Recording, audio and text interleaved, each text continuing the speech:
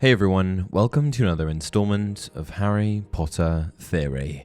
Today, we're going to be discussing Hogwarts School of Witchcraft and Wizardry, its student population, how students are selected for the school, and how muggle-borns are told that they're magical. Since the 10th century, Hogwarts School of Witchcraft and Wizardry, located in the Scottish Highlands, has been the premier destination for young witches and wizards to learn magic, at least in that part of the world. And since the school was founded, it's been filled year after year with new batches of promising young witches and wizards. Over the centuries, the school has produced copious amounts of talented witch and wizard alumni, the finest school of witchcraft and wizardry in the world. But my question is, how are these students chosen to attend this famous wizarding institution? How do they find out they've been chosen?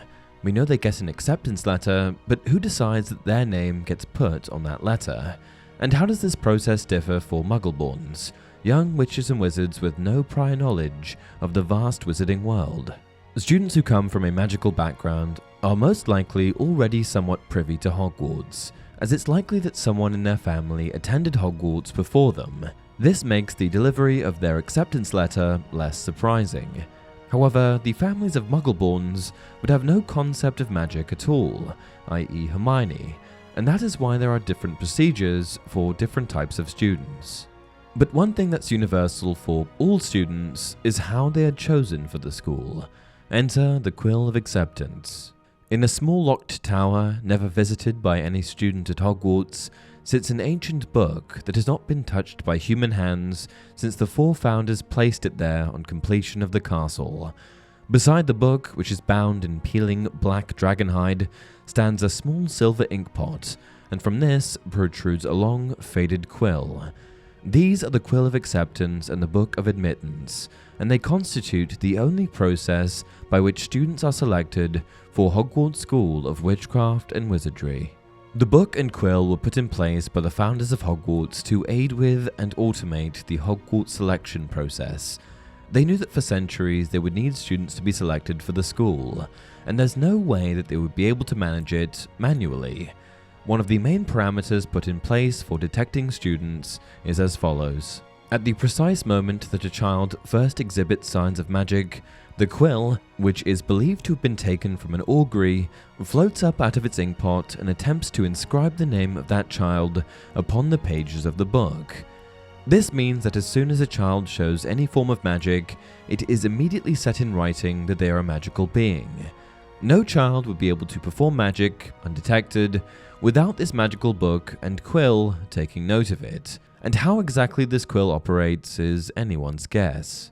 If anybody understands what powerful and long-lasting magic causes this book and quill to behave as they do, nobody has ever confessed to it. Doubtless because, as Albus Dumbledore once sighed, it saves the staff tedious explanations to parents who are furious that their children have not been selected for Hogwarts. The book and quill's decision is final, and no child has ever been admitted whose name has not first been inscribed on the book's yellowing pages. One thing that is worth mentioning, however, is that sometimes the book and the quill don't quite agree on what constitutes magical activity. A mere whiff of magic suffices for the quill.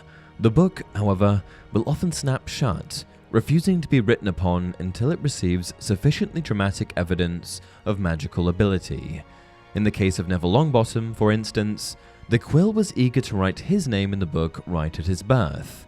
He came from a magical family and exhibited faint signs of magic right away, but at the same time, no one really seemed to notice, the book included. It wasn't until he was 8 years old and was able to survive a fall that should have killed him that the book finally accepted him. The main reason for the book's sternness is to keep out squibs.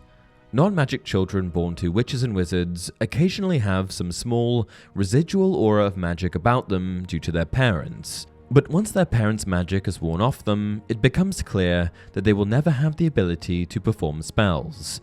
The quill's sensitivity, coupled with the book's implacability, have never yet made a mistake. With how these students are chosen out of the way, let's next look at how the students themselves are notified. For students coming from a magical family, the first step is the Hogwarts acceptance letter. The Hogwarts acceptance letter informs new students of their acceptance to Hogwarts School of Witchcraft and Wizardry, and provided along with the letter is a list of required textbooks and materials required for the upcoming school year. When a witch or wizard from a magical family receives this letter, things are fairly straightforward. When the time comes for them to go to school, they're simply brought to platform 9 3/4 and sent off. The procedure for muggle-borns, however, is a little bit different. As I'm sure you can imagine, mailing a letter like that to a muggle family without any context would be undoubtedly viewed as some sort of hoax or trick.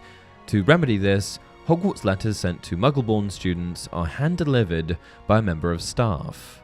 The books don't actually acknowledge which staff member is directly responsible for this. However, as McGonagall is in charge of the registrar, it makes most sense that it would be her responsibility.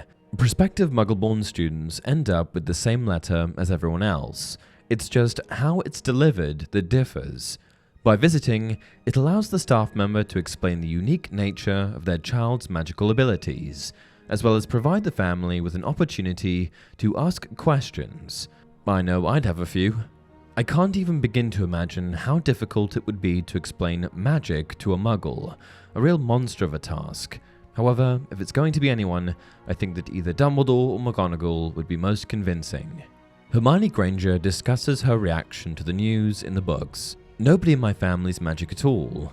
It was ever such a surprise when I got my letter, but I was ever so pleased, of course. I mean, it's the very best school of witchcraft there is. I've heard. I've learned all our courses by heart, of course. I just hope it'll be enough. I'm Hermione Granger, by the way. Who are you? And so does muggle-born Colin Creevy. It's amazing here, isn't it? I never knew all the odd stuff I could do was magic till I got the letter from Hogwarts. My dad's a milkman. He couldn't believe it either. So I'm taking loads of pictures to send home to him. Whether or not Hermione was already cognizant of her magical abilities before the Hogwarts staff member visited is anyone's guess, as this greatly varies from student to student. Even though Harry Potter hailed from a wizarding family, he was raised by muggles, which meant that the news was just as shocking to him as it was to Hermione. We also know that Harry had his fair share of unusual accidents before ever finding out that he was a wizard. Things like growing his hair back quickly after unwanted haircuts and talking to snakes. Things that were simply not normal occurrences for a muggle boy. So, did Hermione have similar things happen to her? Based on how the Quill of Acceptance works, detecting magic, we can derive that she must have performed some involuntary magic at one point or another. However, whether she was aware of it or not is a completely different story. And that's it for this video. If you enjoyed the content, please remember to like the video and subscribe to the channel. Until next time, remember, it does not do to dwell on dreams and forget to live.